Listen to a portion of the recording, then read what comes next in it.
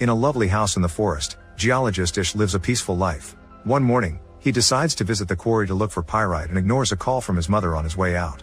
Moments later while he's working, a snake suddenly bites his hand before crawling away. Panicking, he takes out his phone only to accidentally drop it down the hill.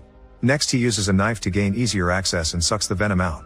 He rushes back to his house and drinks some water before collapsing on the bed, but then he becomes delirious. A few hours later, Ish hasn't moved and his hand is terribly swollen. He can hear someone knocking on his door and a helicopter outside, but he can't move or talk. In the evening he crawls out of bed to get more water, but his movements are so clumsy that he spills it, so he has to suck it from the floor. Ish keeps calling for his mom while on his phone a text arrives from her saying "we love you." Many days later Ish wakes up feeling better and his hand is back to normal. He gets in his car after cleaning it and it takes it a few tries to start. Ish drives to town and is surprised to find the streets empty. Eventually he stops the car when he discovers a rotting body on the ground. There are military cars everywhere and more dead people inside other vehicles. On a road sign he reads that there's been a global pandemic and the US government has been suspended. As he freaks out, he gets back in his car and turns on the radio. The news reminds the public the virus is highly contagious and lethal, so everyone must stay inside. When he makes it to his family home, Ish is devastated to discover both his parents are dead.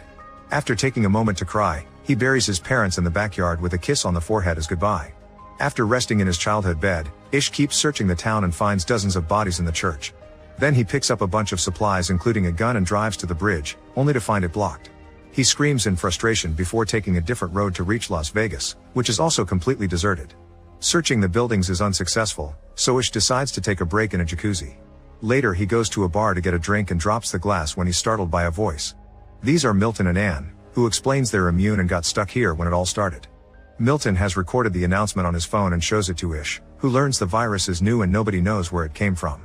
Vaccines were ineffective and people were starting to panic on the streets. Eventually the government lost control and the virus took over the nation. Suddenly Ish admits that his parents had told him there was a new sickness around, but he hadn't thought it was this serious.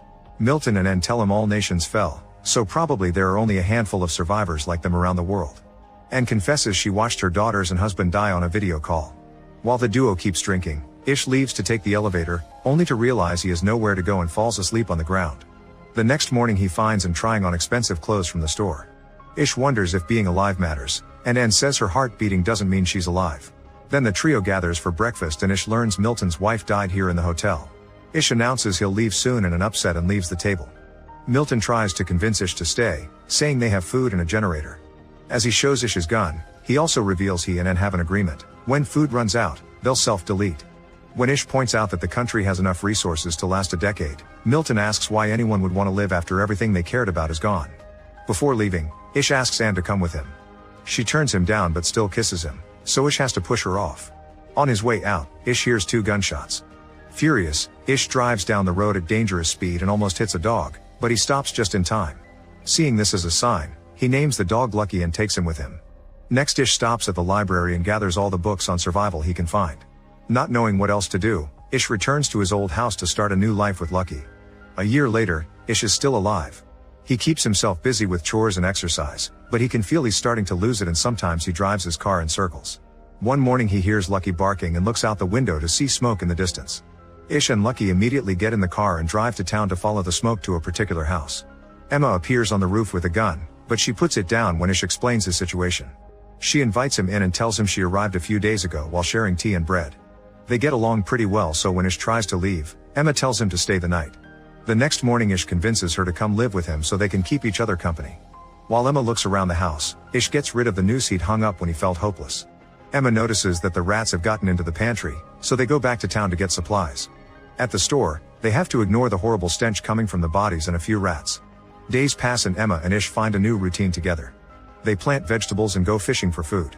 In town, animals appear on the streets because there are no people to stop them. Emma gives Ish a haircut and he starts building a chicken coop, hoping they can start a farm. Eventually their relationship turns intimate. When Ish's car runs out of gas, he has to start filling up the tank using other vehicles in town. He also begins building solar panels on top of the house. One morning, he accidentally slips off the roof and falls, hurting his ankle in the process. Emma helps him come inside and takes care of him while admitting she misses having more people around.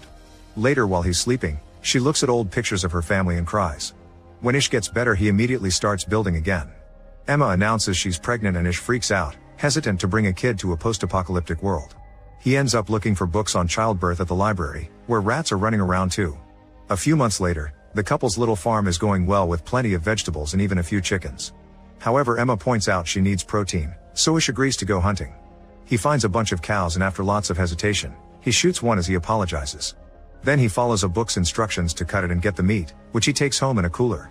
Some days later, Ish finally finishes the solar panels and the house has power, which means they can store food in the fridge again. Emma interrupts the happy moment with bad news. She's found a huge rat in the basement. She had to drown it to kill it since their traps aren't big enough for this size. A quick look through the window reveals that hundreds of rats have taken over the town and are now coming to their house. Ish realizes that the trash is attracting the rats, so he rushes outside to burn it all while Emma shoots at the rats that get too close. Unfortunately, Ish has to burn what is left of the cow as well. No matter what they do, the rats keep coming, so the duo runs back inside and starts working on sealing every door, window, and hole. Emma also pours lots of bleach into the toilet. A sudden crying noise reveals they forgot Lucky outside and he's being bitten by the rats. Ish has no choice but to open the door and quickly grab the dog before running back. It's just a second, but a few rats still manage to get in, and Ish tries to open fire. The bullet misses because they're constantly moving, so instead Ish begins killing them all by furiously smashing them with his gun. Afterward, Emma takes care of Lucky's wounds. This experience makes Ish afraid he may lose Emma during childbirth, so she finally confesses she gave birth to 2 daughters without complications. She lost her entire family on the same day because of the virus. A few months later, the rat infestation is finally under control thanks to the feral cats prowling in the streets. The couple can finally unseal the house and come out again. That day, Emma starts feeling contractions and gets ready to give birth. However, she discovers the baby's shoulder is coming out first. Ish wants to find the book that explains how to deal with this, but Emma yells at him and guides him on how to correct the position of the baby until the head is out first. This helps the birth go smoothly, and now they're the proud parents of a healthy baby girl. Feeling hope for the future again, Emma paints their address on a wall in town, inviting survivors to join them. This is seen by a mysterious person in the distance. 6 years since the pandemic started, Ish is driving alone when he accidentally hits a lion. He grabs his gun and gets ready to mercy kill it, but at that moment he notices someone watching him from the woods. He runs after this person and tries to grab her, so the girl tries to defend herself. Ish steps back and swears he means no harm, explaining he has food and that lives with other survivors. The girl just screams again and runs away. When Ish returns to his truck, he discovers the lion is gone and the girl has been following him. She accepts the apple he offers her and jumps on the back of the truck. Ish takes the girl to his house and it's revealed he and Emma have 2 kids now, Heather and Alex. They've also been joined by 2 more survivors, Jorge and Maureen, not to mention Emma is pregnant again. Everyone is friendly toward the new girl, but she still doesn't speak or leave the truck, so Ish concludes she must have PTSD. That night, the girl sleeps in the truck. The next morning, Maureen brings breakfast for the girl, who is startled and causes her to drop the dish. As the girl grabs her wrist, Maureen notices they have the same scars and shows her the ones on her chest. She also offers her hair for her to touch, gaining her trust. Afterward, Maureen shares how she and Jorge arrived here thanks to the sign and convinces the girl to get a bath.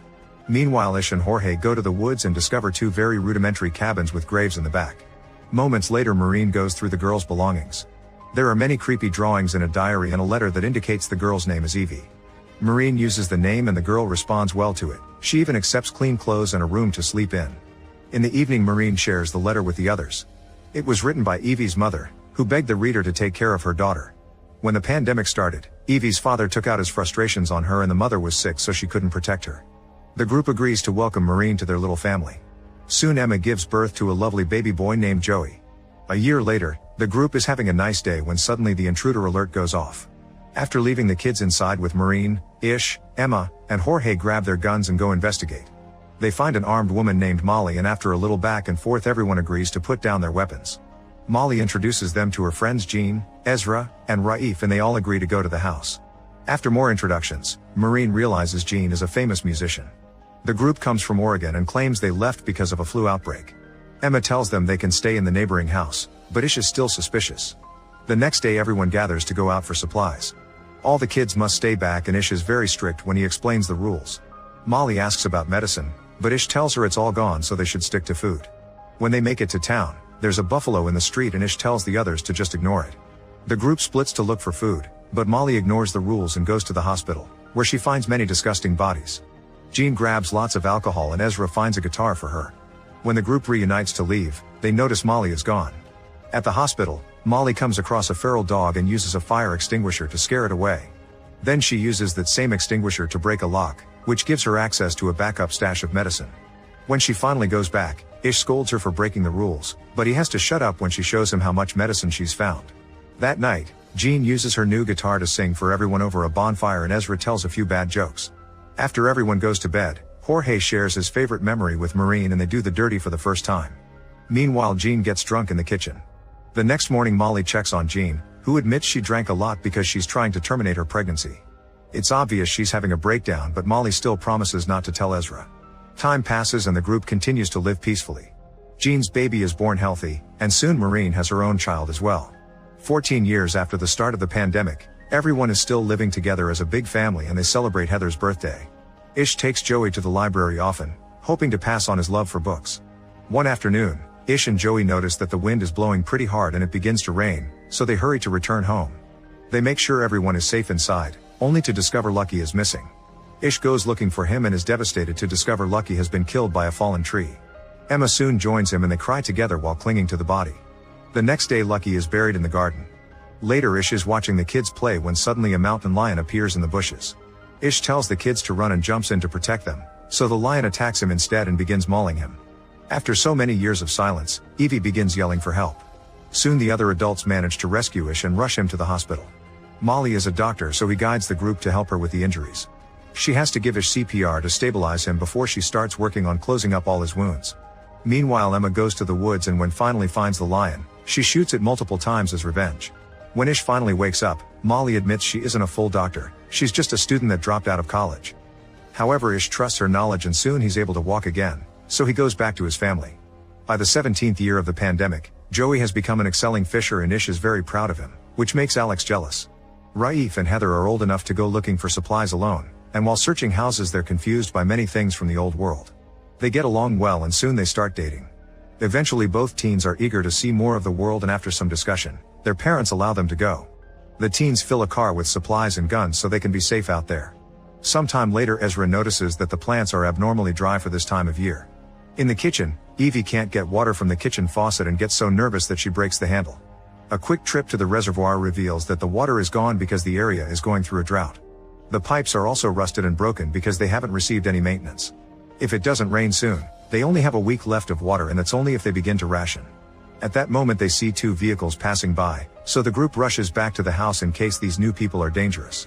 Minutes later, Charlie and Perry show up outside the gate with a canteen full of water as a peace offering. Charlie explains his group found a drill outside of Nevada and since then they've been drilling wells. They're willing to share this knowledge, so Emma finally opens the gate for them and both groups share a meal together. Ish agrees to exchange all his spare fuel for a well, so after lunch Charlie starts digging. The whole process will take around 72 hours. In the afternoon, Ish and Charlie go hunting together and Ish is startled when Charlie suddenly shoots behind him just to kill an animal. Charlie explains he's a very good shooter because he's had lots of practice and not just on deer. Later during dinner, Charlie shows off his scars and stares at Evie, who looks back with a clear discomfort that Ish notices. The next morning, Ish tells Alex not to help Charlie with the drilling because he doesn't trust the man, but Alex thinks his father is being unfair and ignores him. Ish tries to share his concerns with Emma, who thinks he's just being paranoid. Sometime later, Charlie has a tough time breaking through a layer of rock, but after lots of effort the drill goes through and the search for water continues. Ish has to watch how his family gets along with Charlie's group to the point they're all singing together. Upset and confused, Ish goes for a walk in the woods to clear his head, only to end up getting lost. That evening Charlie shares his cigarettes with Jean, but she turns down the liquor. Charlie gets rather pushy and only backs off when Jorge comes out of the house. Meanwhile, Emma is worried about her husband and starts getting ready to go looking for him, but at that moment Ish finally comes back. Emma scolds him for disappearing without a word and Ish admits he's worried about what may happen if they find water. The next day the drill finally goes deep enough and water bursts out of the ground. While everyone celebrates, Ish tells Charlie to take the fuel and leave, but Charlie says he likes this place more than he thought. After the well is properly installed, they throw a party to celebrate, but Ish is still worried. Emma asks Perry where her group will go next and Perry says she doesn't know because Charlie really likes it here.